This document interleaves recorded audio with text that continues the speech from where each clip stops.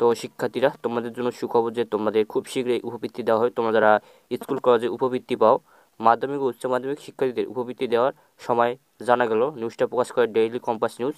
মাধ্যমিক ও উচ্চ মাধ্যমিকের শিক্ষার্থীরা উপবৃত্তির টাকা চলতি মে মাসের শেষ থেকে জুনের মধ্যে পাবে। মানে তোমরা যারা মাধ্যমিক উচ্চ মাধ্যমিক শিক্ষার্থী, তোমরা যারা উপবৃত্তি পাও, তোমাদের চলতি মাসের মে মাসের শেষ থেকে তোমাদের জুনের মধ্যেই তোমরা উপবৃত্তির টাকা পেয়ে যাবা।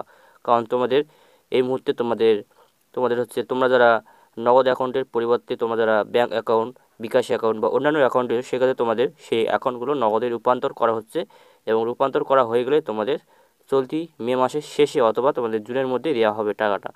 তবে তারিখ এখনও নির্দিষ্ট করা হয়নি, তবে তারা এখনও তারিখ নির্দিষ্ট করেনি, তবে তারা একটা সম্ভাব্য ডেট দিয়েছে যে তারা মে মাসের শেষ অথবা জুনের মধ্যে দেবে।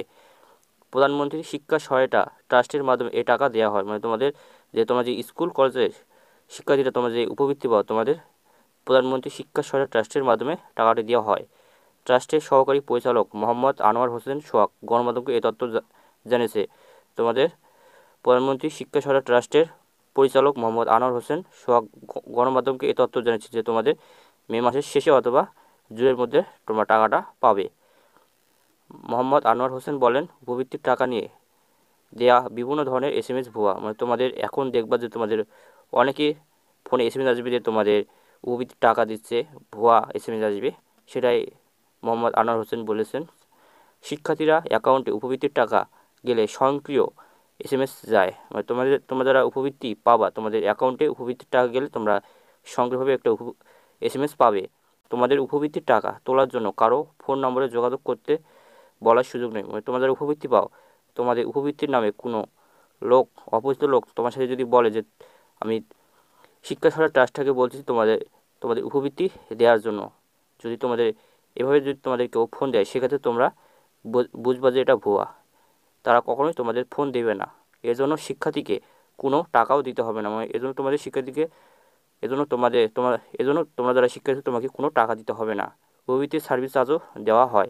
মানে তোমাদের উপবৃত্তির সাথে তোমাদের যে ক্যাশ আউট চার্জটা কাটে, সেটা টাকাটাও তোমাদের দেওয়া হয়।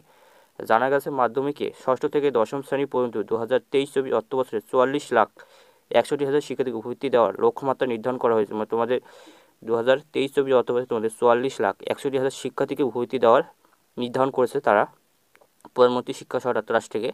বাস্তবে এই সংখ্যা 50 লাখ ছাড়িয়ে যেতে পারে। মানে তোমাদের 50 লাখের বেশি হবে ছাত্রছাত্রী উপবৃত্তিটা পাবে।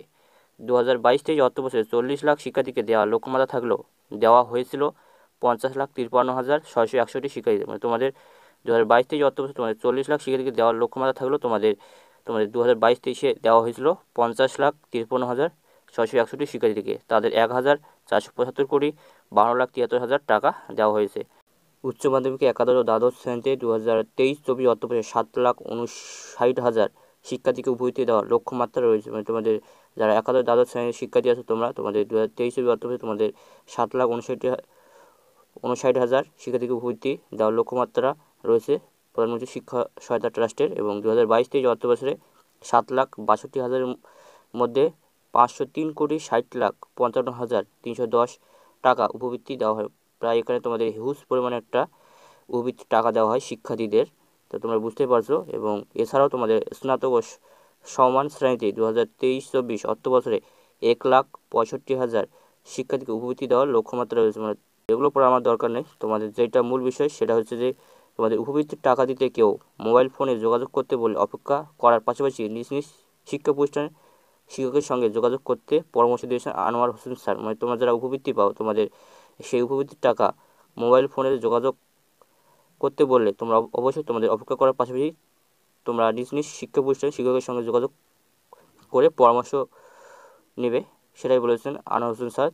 তিনি বলেন, শিক্ষার্থীরা নিজ নিজ প্রতিষ্ঠানের সহায়তায় উপবৃত্তির টাকা পাবে।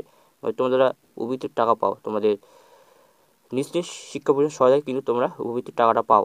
এজন্য তৃতীয় কারোর সঙ্গে লেনদেনের প্রয়োজন নেই। মানে তোমাদের কোনো তৃতীয় ব্যক্তির সাথে তোমাদের লেনদেনের কোনো প্রয়োজন নেই, এটাই বলা হয়েছে। এবং এই বিষয়ে কেউ প্রতারণার চেষ্টা করলে শিক্ষক অথবা আইন শৃঙ্খলা রক্ষাকারী বাহিনীর সঙ্গে যোগাযোগ করতে হবে বলে উল্লেখ করেন তিনি। এই বিষয়ে তোমাদের সাথে কেউ যদি প্রতারণার চেষ্টা করে, সেক্ষেত্রে তোমরা শিক্ষক অথবা আইন শৃঙ্খলা রক্ষাকারী বাহিনীর সঙ্গে যোগাযোগ করতে হবে বলে উল্লেখ করেন তোমাদের আনোয়ার হোসেন স্যার, শিক্ষা সাজার ট্রাস্টের সহকারী পরিচালক। তো তোমরা বুঝতে পারছো, এবং তোমাদের এখানে প্রায় একটা শিক্ষার্থীদের হিউজ পরিমাণে একটা উপবৃত্তি টাকা দেওয়া হয়। তো বুঝতে পারছো, তোমাদের উপবৃত্তি টাকা খুব শীঘ্রই দেওয়া হবে, মে মাসের শেষে অথবা তোমাদের জুন মাসের মধ্যে তোমাদের টাকাটি তোমাদের অ্যাকাউন্টে চলে যাবে। কারণ তোমাদের অ্যাকাউন্ট, তোমরা যারা নগদ অ্যাকাউন্টের পরিবর্তে বিকাশ ব্যাঙ্ক অ্যাকাউন্ট দিয়েছিলে বা অন্যান্য অ্যাকাউন্ট দিয়েছিলে, সেখানে তোমাদের সেই অ্যাকাউন্টগুলো তারা নগদে পরিবর্তন করতেছে, রূপান্তর করতেছে। তোমাদের সেই সব অ্যাকাউন্টগুলো তোমাদের নগদে রূপান্তর শেষ করা হয়ে গেলে তোমরা সাথে সাথে টাকাটা পেয়ে যাবা। তো ভিডিওটা ভালো লাগলে অবশ্যই একটা লাইক, সাবস্ক্রাইব, কমেন্ট করবা। তো দেখা হবে আরেকটা কোনো ভিডিও, ততক্ষণ তোমরা ভালো থাকো।